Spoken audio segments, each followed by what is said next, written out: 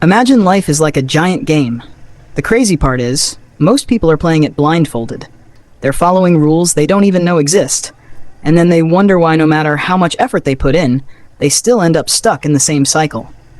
Work harder, hustle more, pray louder, visualize longer, and yet, nothing shifts. They're still repeating the same story year after year, and deep inside they start believing maybe life just isn't meant to change for them. But what if the truth is not that life is unfair, or that you're unlucky, or even that you're not good enough? What if the real reason is simply that you've been playing by the wrong rules? Because reality isn't some solid wall you're powerless against.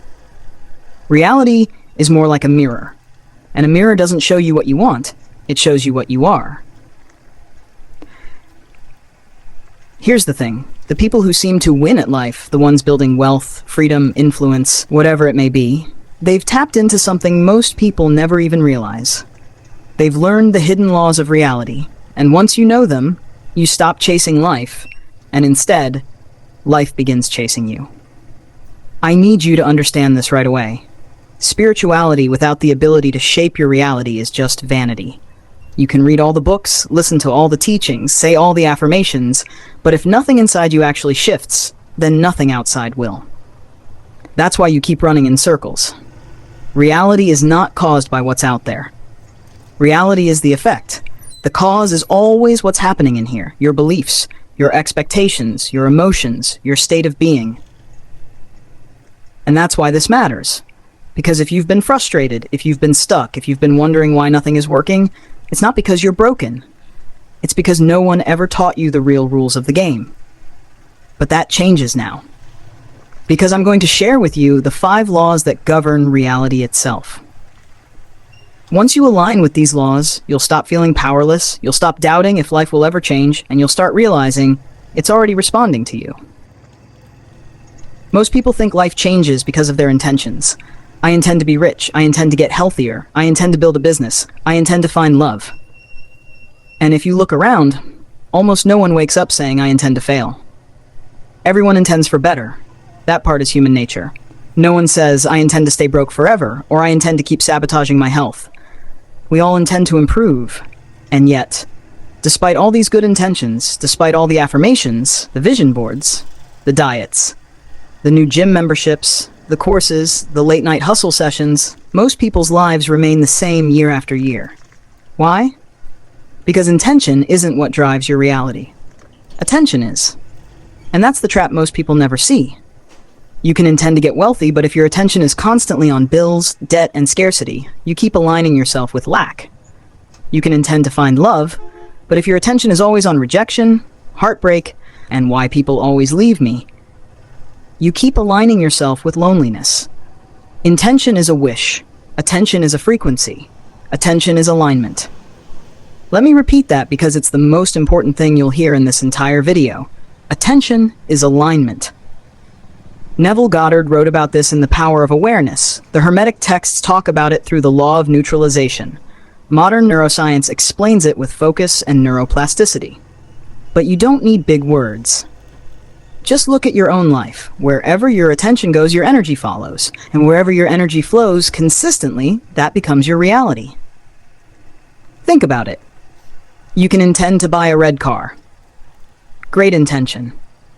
But the moment you really start paying attention to red cars, suddenly you see them everywhere. They were always there, but your brain filtered them out because they weren't important to you before.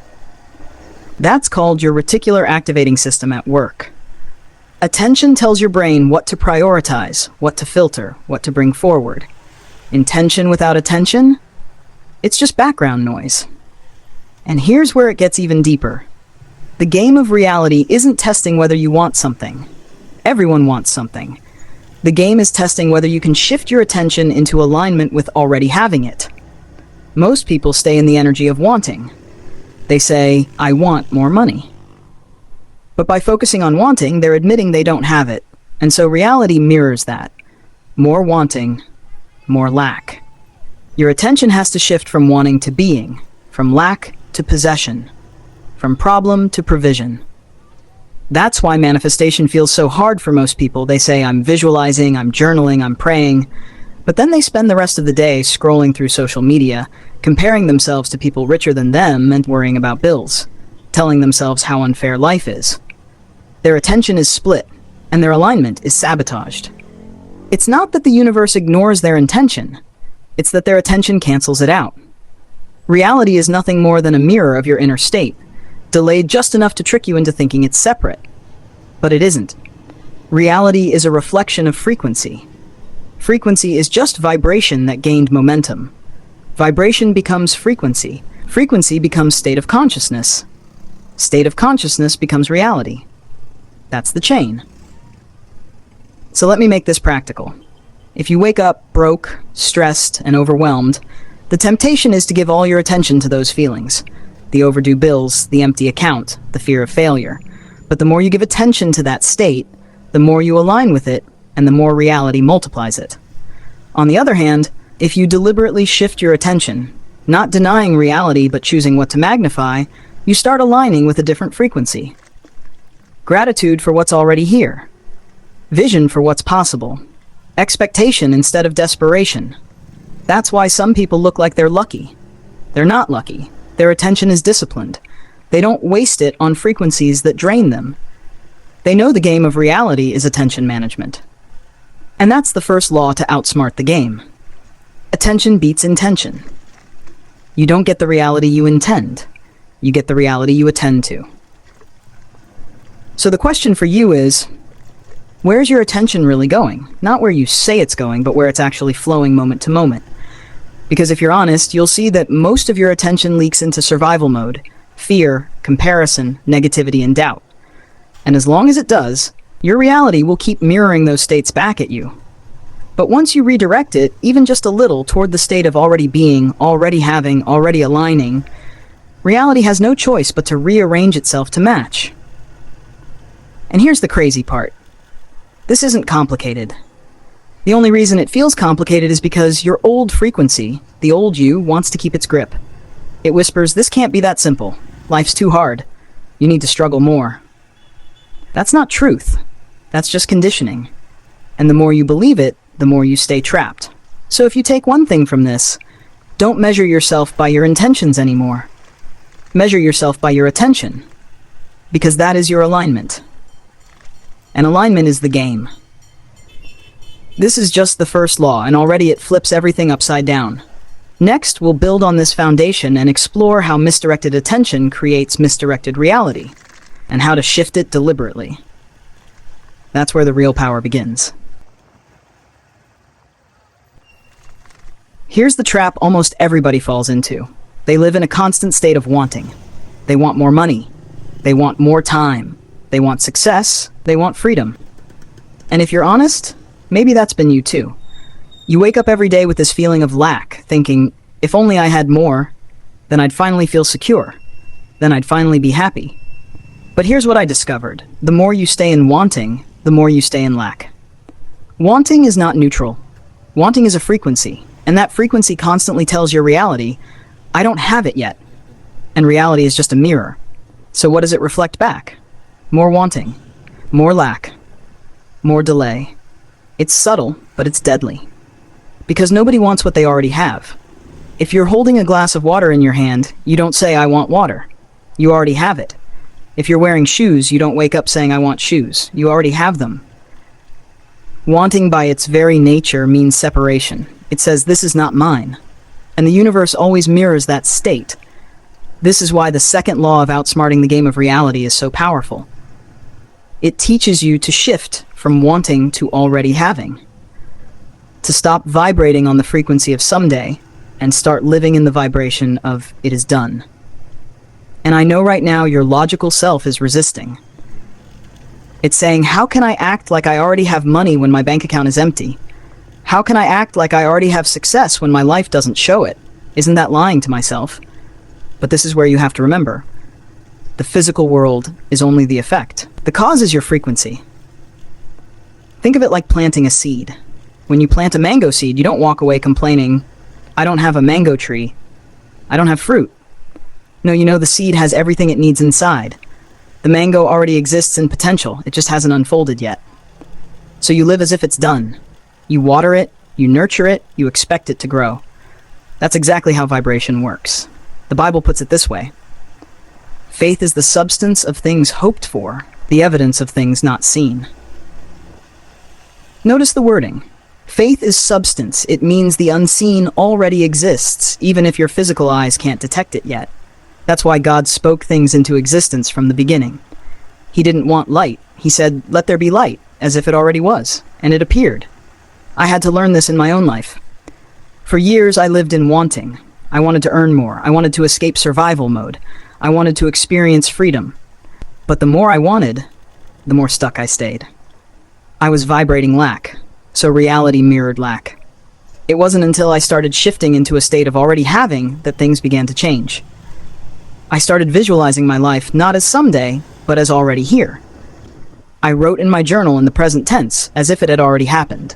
Instead of saying, "I want my business to grow," I wrote, "My business is thriving. Customers are finding me. Sales come in every day." And here's the shocking part. The moment I shifted my attention, my frequency changed. And once the frequency changed, the opportunities started appearing. This isn't magic.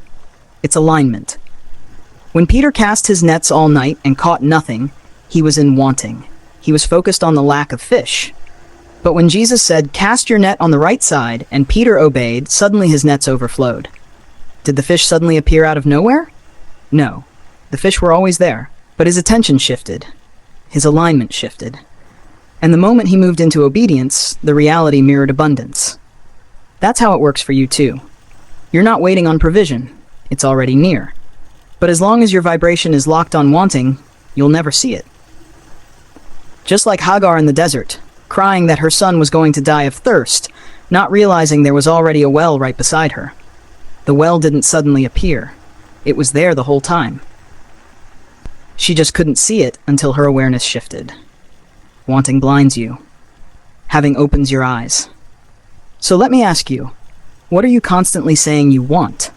Because that's the area you're unconsciously pushing away. Instead of saying, "I want more money," shift it to, "I live in the flow of abundance. Money finds me."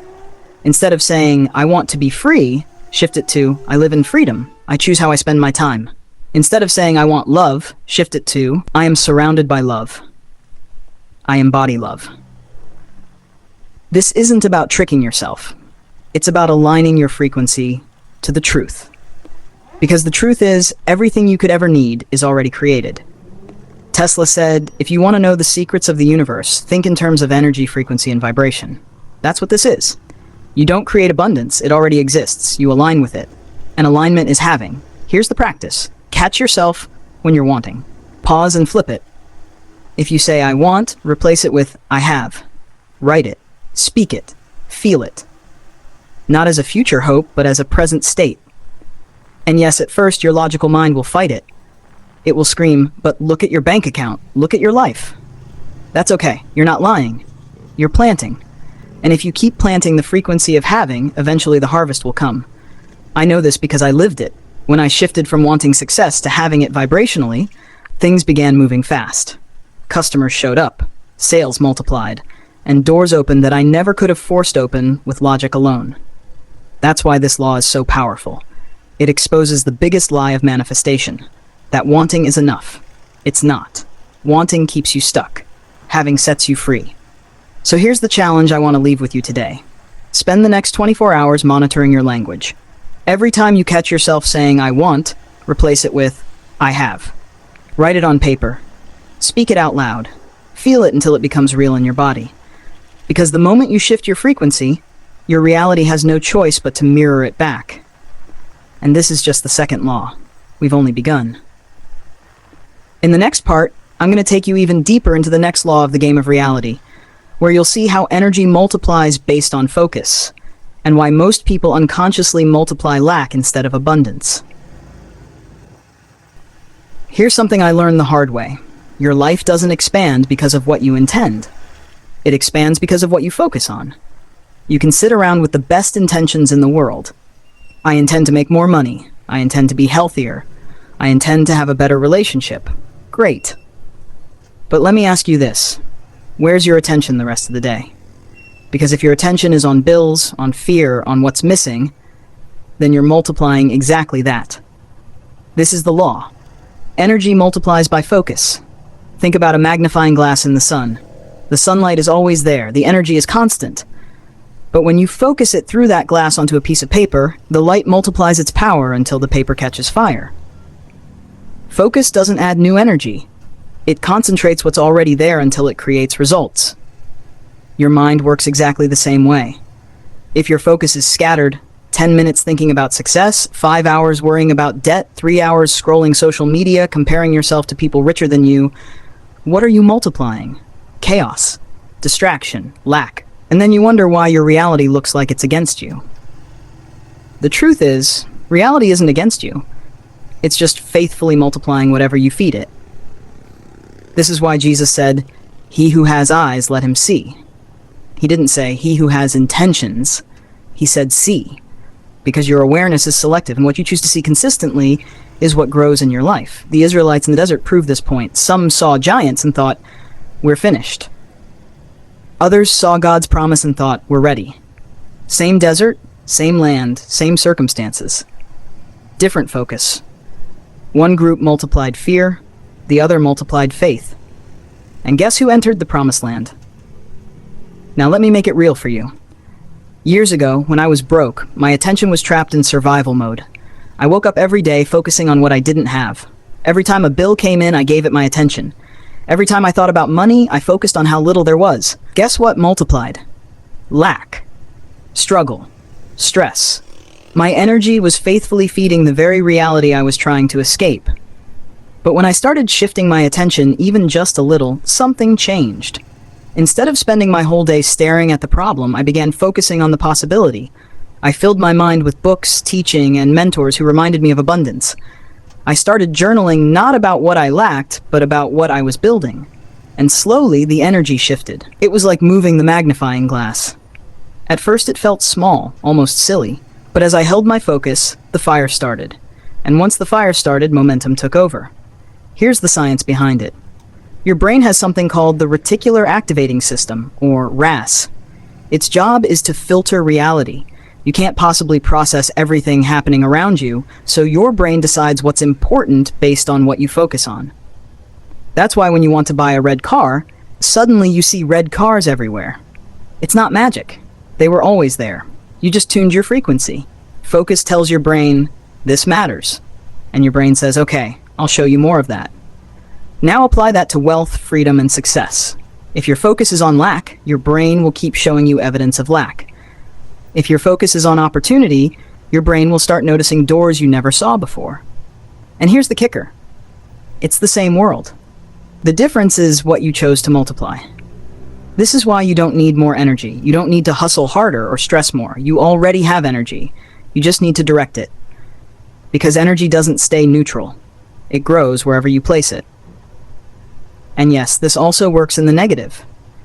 If you constantly give your focus to fear, fear multiplies.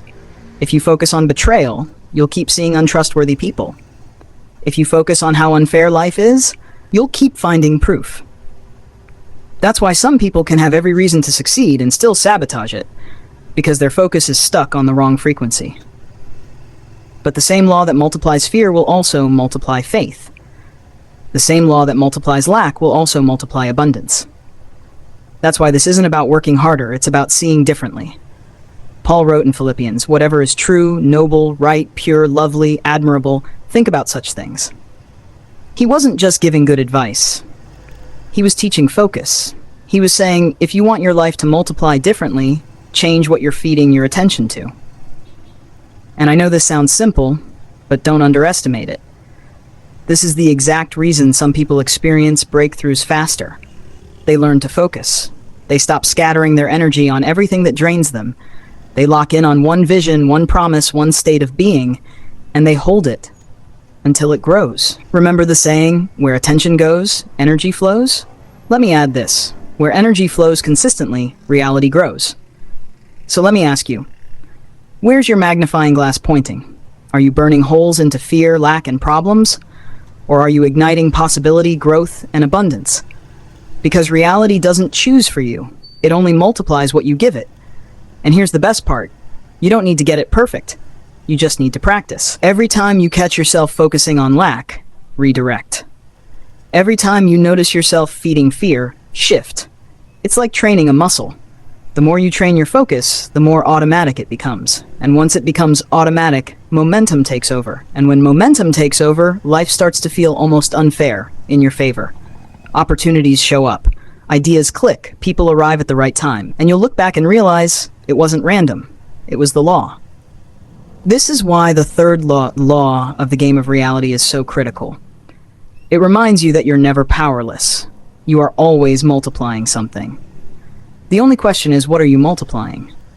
So if you've been feeling stuck, maybe it's not because you're lazy, unlucky, or unworthy. Maybe it's just because your focus is multiplying the wrong thing. And the moment you shift your attention, the moment you choose a new focus, your energy shifts. And once your energy shifts, reality will follow. And this is just the third law. Next, we're going to go even deeper and into how the programs running in your subconscious mind keep hijacking your focus, and how you can reprogram what you see so your frequency finally aligns with your destiny. Here's the truth I didn't understand for years. Most of what you see in life isn't even chosen by you. It was programmed into you. From the moment you were born, your eyes and ears became antennas, and everything around you started shaping your inner world. Family, culture, school, religion, media, they were all feeding you images, beliefs, and expectations. And without realizing it, those inputs became your normal.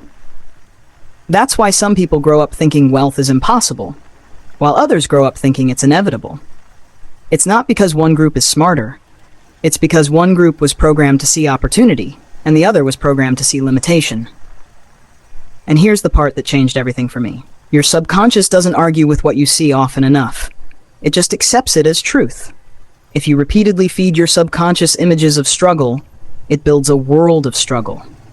If you feed it images of abundance, it builds a world of abundance. That's why this fourth law is so important. Reprogram what you see. Most people think manifestation is about wishing for something and then waiting for it to show up. But in reality, manifestation is just your subconscious playing back the images it's been fed over and over again. If you've been seeing lack your whole life, you'll keep tuning into lack, even if abundance is right in front of you. The Bible says, faith comes by hearing. What you consistently hear and see programs your spirit. And once your spirit accepts it, your reality reflects it. Think of it like software. If your computer is running Windows 95, no amount of screaming at the screen will make it run like the latest Mac. The hardware is fine, the screen is fine, but the operating system is outdated. Most people are trying to live a life of abundance with a poverty OS running in the background, and until you update the system, the screen won't change. So how do you reprogram what you see? You start by changing the inputs. For me, that meant limiting what I consumed from TV, social media, and even some conversations. If all I see is gossip, fear, and scarcity, then that's what my subconscious normalizes. But if I fill my vision with books about wealth, stories of people who broke through, scriptures about God's provision, and mentors like Myron Golden or Bob Proctor who spoke about abundance, then my subconscious gets a new set of images. And over time, that becomes my new normal. Let me give you an example. When I was broke, I thought making 100,000 pesos in a month was impossible. That wasn't just an opinion, it was my programmed limit. Everyone around me was struggling. Everyone said life was hard. So my subconscious locked onto that picture and kept reproducing it. But when I started immersing myself in different inputs, when I began listening to people who had already done it, reading about biblical principles of fruitfulness, and feeding my mind with images of success, I noticed something strange. My subconscious started believing it. It began to accept that maybe wealth was normal. And once it did, the opportunities around me suddenly became visible. This is the power of the reticular activating system in your brain. It filters reality based on what you tell it is important.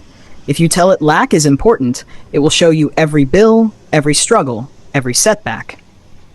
But if you train it to see opportunity, it will highlight connections, open doors, and creative solutions that were always there.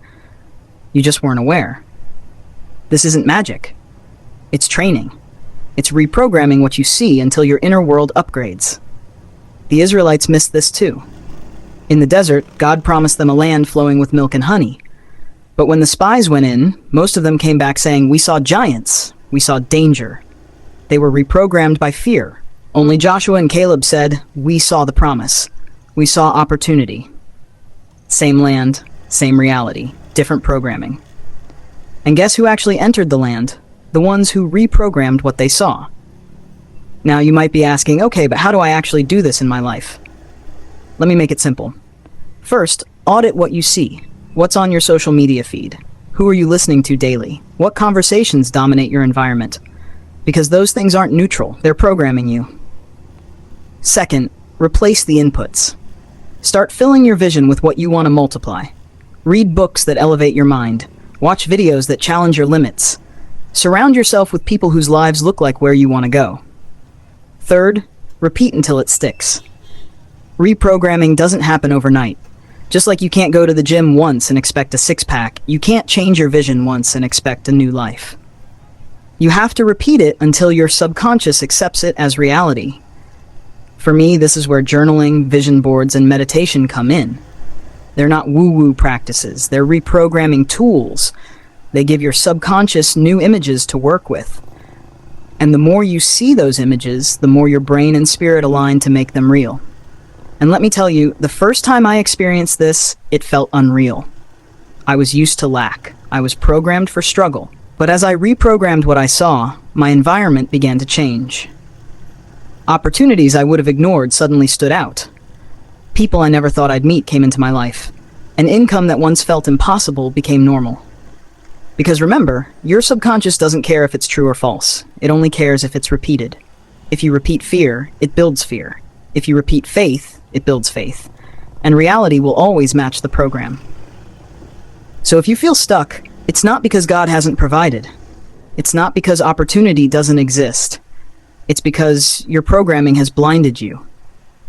And the moment you change what you see, you'll start seeing what's been there all along.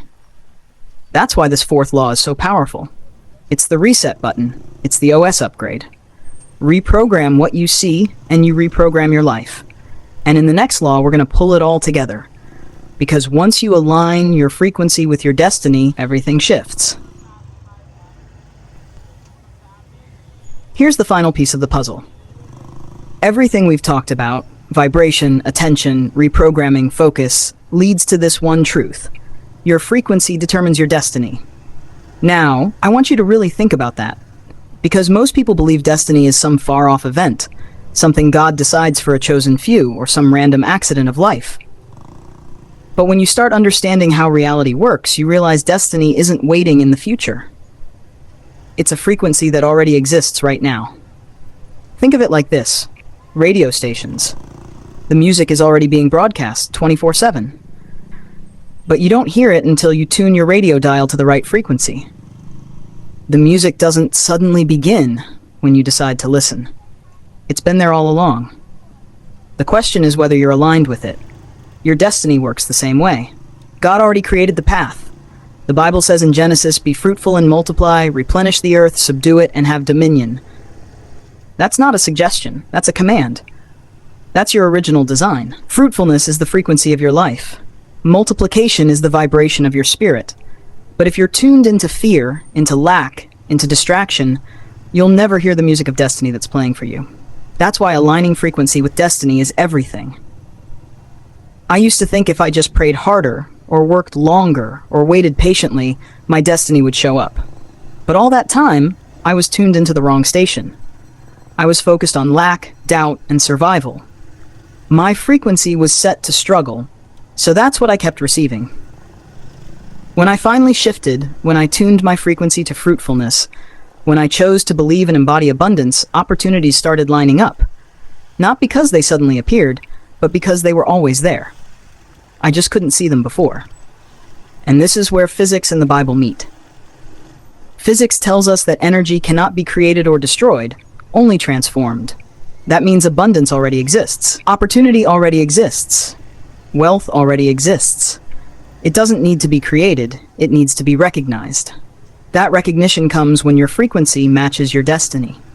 The Apostle Paul wrote, "Set your mind on things above, not on earthly things." He wasn't talking about ignoring reality. He was teaching alignment. He was saying, if you want to live at a higher frequency, stop tuning into the noise of fear and tune into the signal of faith. Because faith is a frequency. Gratitude is a frequency. Creation is a frequency. And when you choose to live there, your life starts reflecting it. But here's the problem. Most people keep their focus locked on survival. They want fruit, but their frequency is stuck in fear. They want freedom, but their attention is glued to lack. And then they wonder why nothing changes. Remember this, intention doesn't change your destiny. Attention does. You can intend to be wealthy, intend to be free, intend to be fruitful. But until your attention rests on fruitfulness, your frequency is misaligned. And misaligned frequency means misaligned destiny. So how do you align? Let me make it practical. First, gratitude. Gratitude shifts your vision from what's missing to what's present. It's the fastest way to raise your frequency. The moment you start seeing the blessings you already have, your subconscious begins tuning into abundance. Second, vision. The Bible says, without vision, the people perish. That's not poetry. It's law. Vision is how you reprogram what you see. Vision boards, journaling, imagining your future, all of these are ways of saying, this is the frequency I choose. Third, prayer and meditation. These are not religious routines. They are alignment tools. When you pray, you're not begging God for something he hasn't done. You're aligning your spirit with what he already finished. When you meditate, you're training your mind to hold the frequency of peace, clarity, and focus. Fourth, environment. You cannot align to a frequency of wealth if you're surrounded by people and inputs that scream lack. That doesn't mean you cut off everyone in your life. It means you consciously curate what dominates your attention. Books, mentors, podcasts, scriptures, these are your frequency tuners. And finally, action. Because alignment is not just internal, it expresses itself externally. Once you've tuned your frequency, your actions flow out of it. You start making decisions from abundance instead of fear, from faith instead of doubt. And those actions create momentum that pulls you deeper into your destiny. Now, let me close this with a challenge. Stop waiting for destiny to show up. Stop telling yourself you'll step into it one day. Your destiny is already playing right now. The only question is whether you'll tune in. Ask yourself, what's one area of my life where my focus has been stuck in fear? What's one habit I can change today to start reprogramming what I see? What's one new action I can take to align with the frequency of fruitfulness? Because the moment you shift your frequency, everything changes. Not because God finally decides to bless you, but because you finally tuned into the blessing that's been there all along. Your destiny isn't waiting. It's already alive, broadcasting, singing. The question is, will you keep listening to the noise, or will you tune into the music that was written for you before the foundation of the world? The choice is yours.